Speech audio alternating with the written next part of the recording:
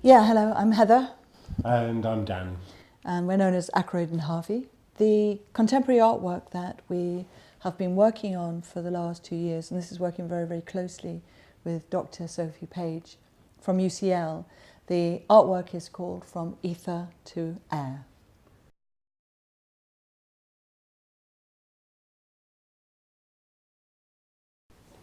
I suppose there are 4 component elements, possibly 5 if you take into account the little projection that is behind the demons. But the main the larger part of it, I suppose, is a cast crystal figure that is taken from a life cast that we actually cast here in the studio, and it's grown in pure crystal, so it's this sort of white translucent crystal, and then below that 2 little demons that have little film behind of bubbling sulphur, and they're actually cast in sulphur. And I think the idea was how do you conjure up a demon? How can you make demons? And the idea of brimstone, of sulphur, and actually turning it into this molten liquid and casting them in that material seemed very apt.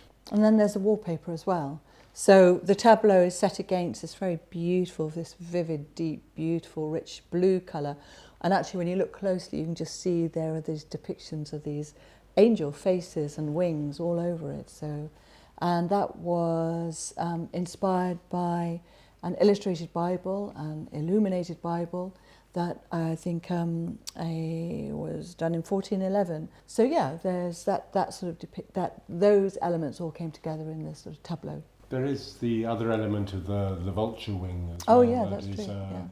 A vulture wing that is still almost there. It's been quite extensively eaten by moth larvae, and you see the bones and these quills of the feathers that just has a very sort of almost ink drawing like quality to it that is sort of suspended over a dome of the earth.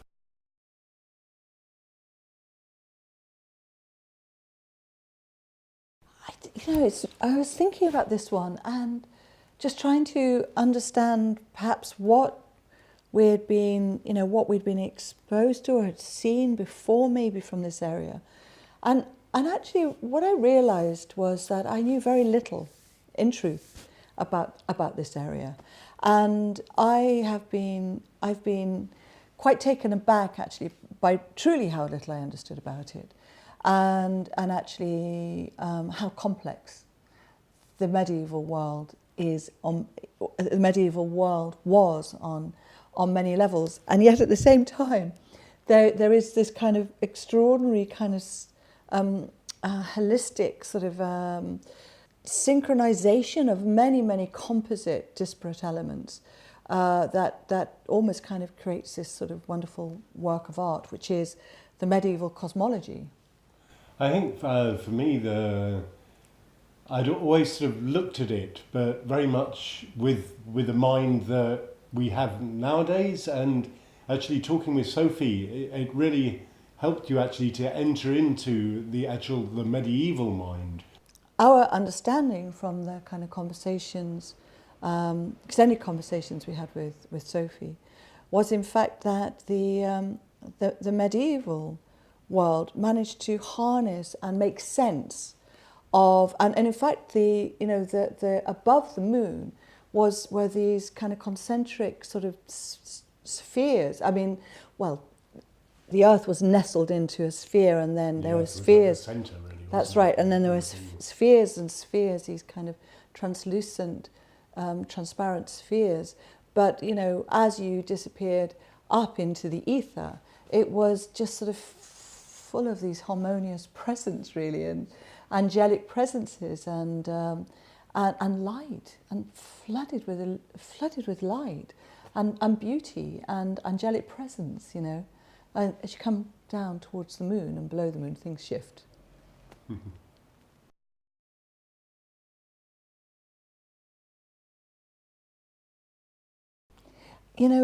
We started off with her. Sophie gave us 2 books that she had written for the British Library: Astrology in Medieval Manuscripts and Magic in Medieval Manuscripts.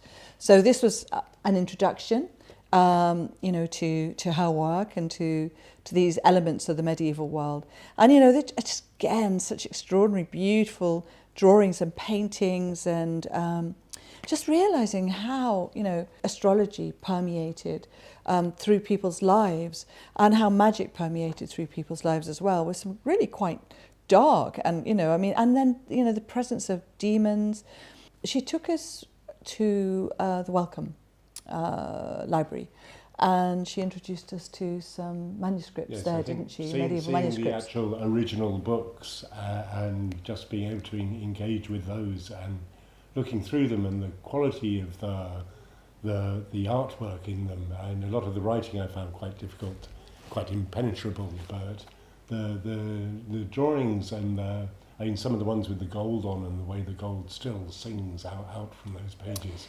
But it was specifically microcosmic man, zodiac man, you know, that there were these figures who were organs that had a correspondence with planets, and, you know, how... Astrological signs. Astrological signs, exactly. So with zodiac man, you sort of have all of these different, you know, he's kind of besieged by all of these different kind of planetary elements, but, you know, the heart would be associated with a planet, the kidneys, the liver, the spleen, the skin, the eyes, the brain, and, you know, the implications being that also to do with the birth, and, you know, the birth of this person and their astrological reading, that you could not also operate on them whilst, if there was a problem with the heart, whilst the planet that was associated with the heart might be in ascendancy. So, I mean, there was just all of this code and all of these, you know, just this whole rationale around, you know, around astrology, which is kind of, it's pretty intense, actually. I think also starting to understand the role of demons, also understanding how the church was really trying to plant its thinking, its doctrines very firmly. The people who may have sort of gone to a sorcerer, you know, rather than to the priest, you know, this is the kind of the complexity of the world as well. You could almost summon the demons to do certain things for you, and yeah. I think you know, it was. I can see why it would be seen as a dangerous, well, by the church anyway, as a dangerous role to be conversing with demons. But it enabled people, I think, to feel they had some power and control. I mean, we struggled. I think we still struggle with it. You know, I mean, you realise that people study this as you know, for a degree. You know, yeah. That's 3 years of intensive studying, and to some extent we were thrown in at the deep end with a, you know, very wonderful teacher and guide to help us sort of unravel it. I think what we particularly started to gravitate towards was this crystalline sphere. I think something to do with the transformation too of the flesh into this crystallized form. So it was that sort of transposing of something into something other that intrigued us and sort of took us in that direction. And the idea of the crystal sphere being above. I think as an artist, the challenge is not to do some sort of historical representation. You know, not to do an illustration of, you know, of what the medieval world was. You know, it became very important for us that it somehow tied in with our preoccupations as artists, with obviously the materials that we were interested in working with, but also with the bigger forces, planetary forces that are happening at the moment. So, you know, we became very interested in medieval time. You had microcosmic man who was sort of enthralled to planetary forces. And we're thinking about how now mankind's industries and farming are affecting jet streams. You know, they're affecting atmospheric circulations. And, you know, I mean, apart from the microcosmic level pollutions, in the oceans and, cutting down a forest. But actually it's happening on a really, really, kind of macrocosmic level as well. So it's this idea of man being elevated into this position of being a kind of a macrocosmic level as well. That held some sort of tension for us.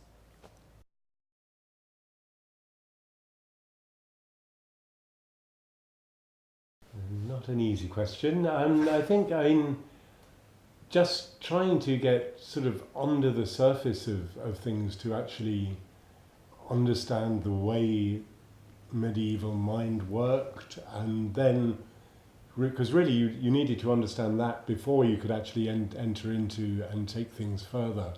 But then I think we always see things, however much you understand that, you always see things within our own sort of preconceived visions of our working practice.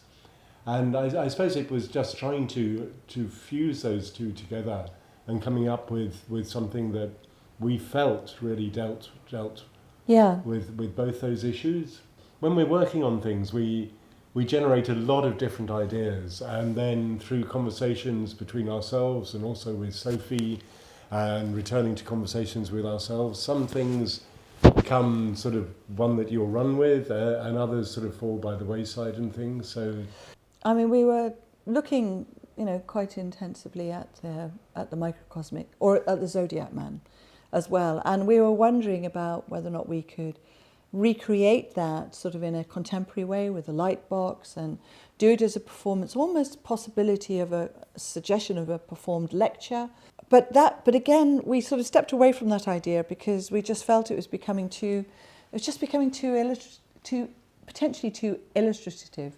And I think we were still getting this idea around the demons and the supersaturated crystalline form. This tableau was starting to kind of push in and sort of preoccupy our thinking some more as well, along with trying to be very receptive to what Sophie was bringing to us in terms of her knowledge and her research.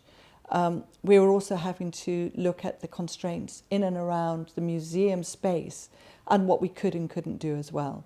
So that started to have leanings and push into the artwork as well. So particularly towards the latter stages, we had to make some very rapid adaptations to our art piece, to our tableau, to be able to accommodate both the architect's needs, the technical needs, and the budget.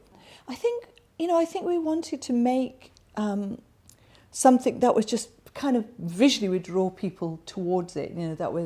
That had this sense of this transcendence of this figure, and had something about it that was quite exquisite.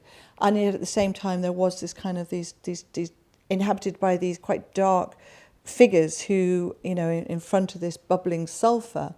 There's something quite theatrical, quite dramatic about what we've done. And I don't think at first we expected to be quite so theatrical. No, but actually I think there is something so inherently theatrical about the medieval world on many levels too, that I didn't feel, or dramatic about it, that I didn't feel at odds with that. We didn't sort of cool the work down, did we? We didn't sort of cool it down and make it more clinical. I think we kind of jumped in and it became quite vivid.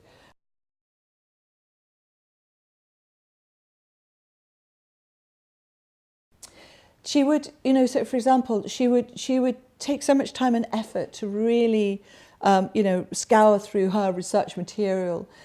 She would sort of dip down and she would extract stuff and she would send it to us as well.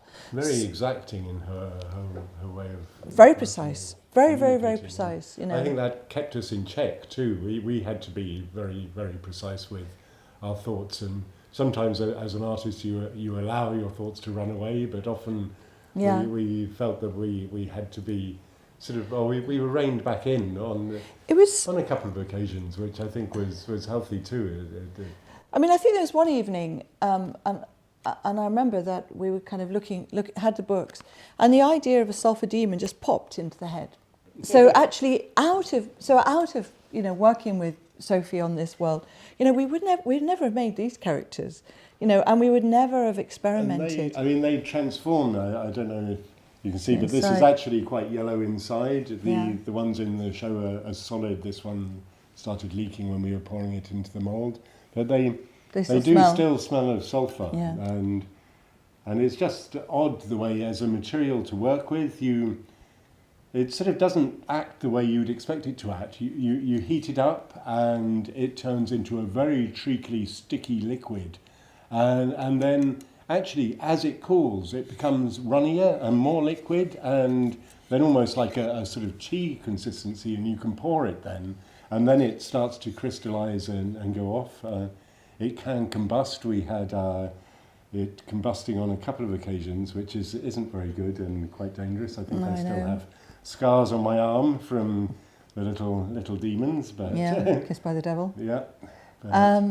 So I think for us that it led us to do some really quite high-end experimental work that kind of set every alarm bell in this studio and house off as well.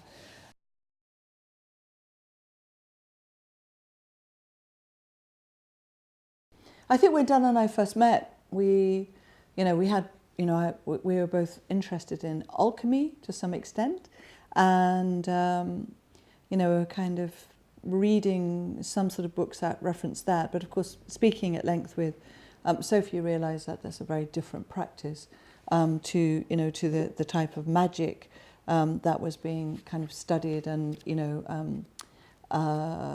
done in medieval times, really.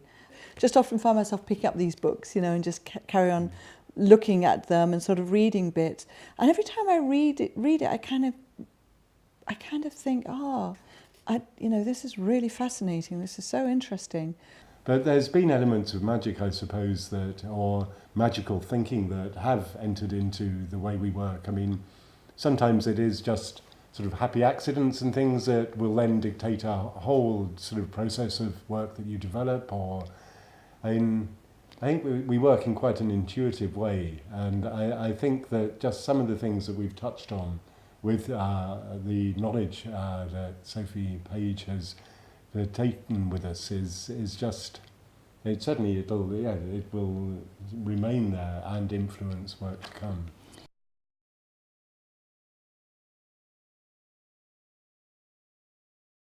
Just pushing us to use different materials and to look at materials in a different way, and those sort of experiments has certainly, I think, affected me with or us with our studio practice. It's been fascinating just to get underneath the surface of quite a different world to the world we live in, although at times I do feel that we're maybe still being directed by devils, or certainly within some of the politics going on around the world at the moment, and the destruction of the natural world. That I just wonder if we are going to be giving rise to a lot more devils and demons and kind of presences, just because of the mayhem that is now kicking off all over the place. I think, and scientists being demonised. Yes, scientists have been demonised all the time as well. I suppose as artists, you're looking for truth, or a lot of people are looking for a truth and a reality. And yet now, with the amount of falsehoods in the news and in the media, and fake news, and you start to, people are actually seem to be believing more of the fake news than the reality, and it's really it's quite an unstable sort of environment that we seem to be shifting into.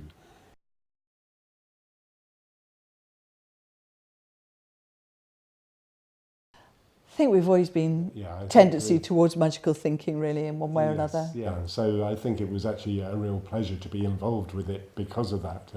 When Dan was born, his mother had his astrological chart done, and we were wondering, we were thinking just recently. I found it. We were thinking of just looking at it again recently and having a look and seeing how much has been borne out, through Dan's life. I think we've always been very interested in how ideas are put together, how one makes connections. But I would probably still want to locate that more within science, and I'm still very interested about quantum physics and all of that side of things as well. So we always keep it completely open, don't we, around magical thinking. So there's always been an interest there within